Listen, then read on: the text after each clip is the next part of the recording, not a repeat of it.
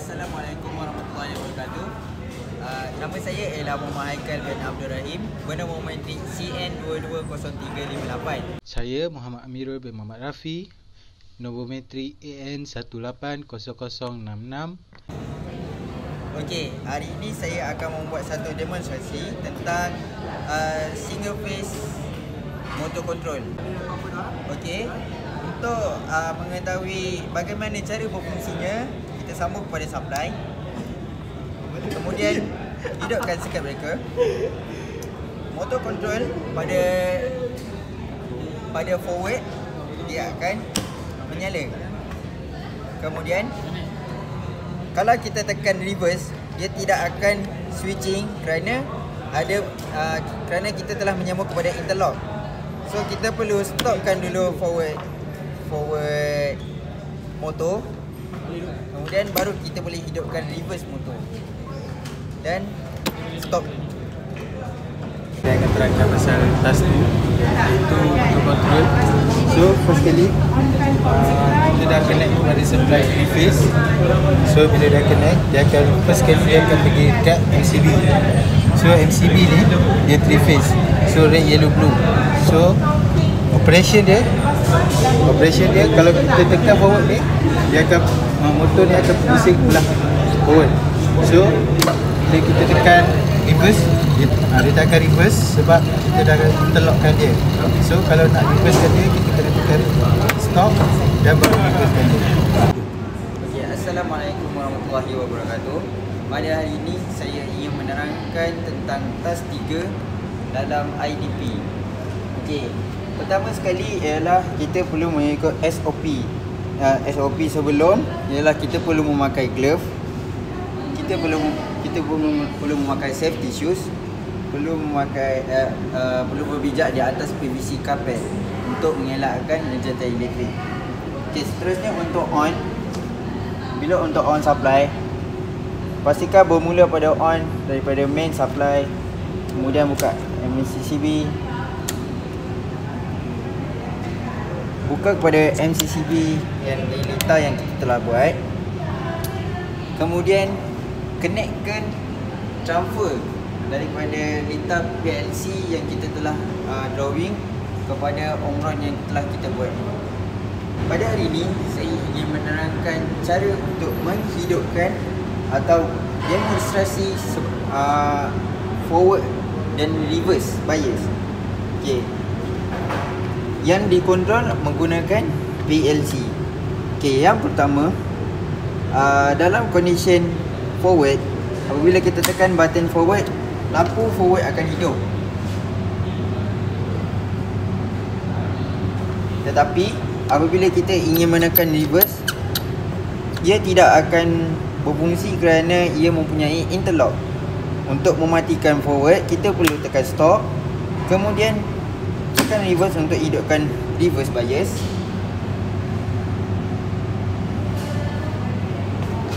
Dan akhirkan dengan stop. Akhir sekali, matikan supply.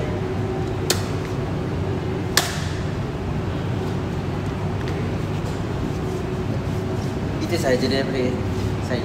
Saya akan terangkan tentang projek IDP task 4 dengan motor, iaitu 3 phase. So first of all, kita kena safety dulu, pakai glove dan lantai dah di PVC kan, dan dipenebatkan dengan safety boot. Okey, task part ni kita kena pakai PLC untuk kontrol motor forward dengan reverse. Untuk forward, kita kena setkan dekat PLC 5 second, baru dia akan pusing. Untuk reverse, kita set 3 second, baru dia akan pusing ke arah reverse. So bila saya tekan forward, dalam masa 5 second, kita tengok kat PLC ni, dia akan pusing. Dia akan pusing forward. Dia akan pusing dekat belah forward. So bila interlock, kita letak interlock supaya bila kita tekan reverse ni, motor tak akan berpusing. Dia mesti salah satu yang berpusing. So untuk fungsikan reverse ni, saya tekan stop. Tekan stop dan baru tekan reverse. Tekan reverse, kita tengok kat PLC dalam 3 second baru motor pusing. So, ni motor pusing ke arah reverse. Okey, sekian. Terima kasih. Untuk offkan dia, kita tunggu motor pusing, berhenti pusing dulu. Dan kita off secara reverse. Tadi kita sini ni dan off kan.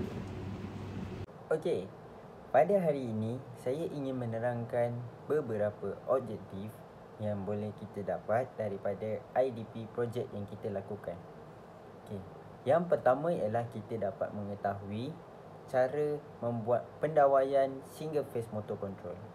Yang kedua ialah mengetahui cara membuat pendawaian 3 phase motor control dengan menggunakan PLC dan juga without PLC.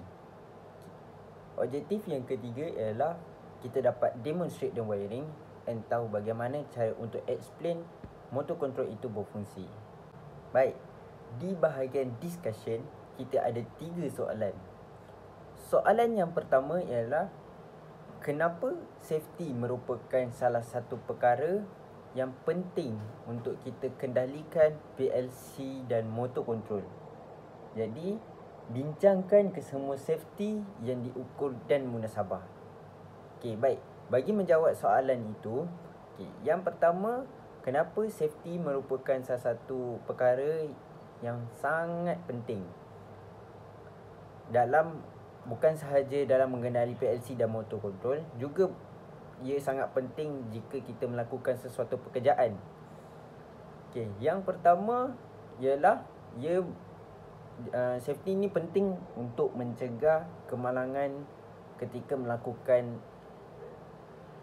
ujian motor control.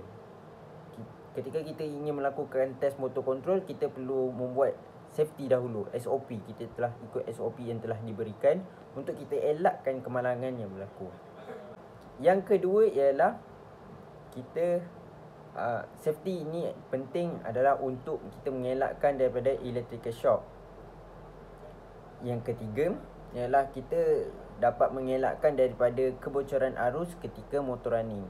Apabila motor itu running, kita tidak boleh memegang motor itu dengan tangan, kerana kemungkinan di bahagian motor itu terdapat kebocoran arus yang kita boleh terkena apabila kita memegangnya menggunakan tangan, tidak memakai glove. Tapi bahaya juga jika kita memakai glove dan kita memegang peralatan itu ketika dia sedang running, kerana berkemungkinan kita boleh salah pegang dan terkena kepada pusaran motor dan boleh mengakibatkan kemalangan yang tidak diingini. Okey, bagi alat-alat keselamatan yang perlu kita lakukan ketika pendawaian dan melakukan IDP ini, yang pertama ialah kita memerlukan Google. Kedua ialah glove. Yang ketiga ialah safety boot. Dan yang keempat ialah helmet. Yang kelima ialah kita memerlukan satu karpet yang materialnya dibuat daripada getah. Itu kerana untuk membagi lebih keselamatan kepada kita ketika kita melakukan wiring, untuk jika ada lebihan cas, ia akan terus sampai ke bumi. Jadi safety first. Baik, yang kedua ialah bincangkan sistem kontrol yang kamu rasa ia adalah yang kamu lebih prefer dan jelaskan kenapa. Okey, dalam soalan yang kedua ini ialah kami memilih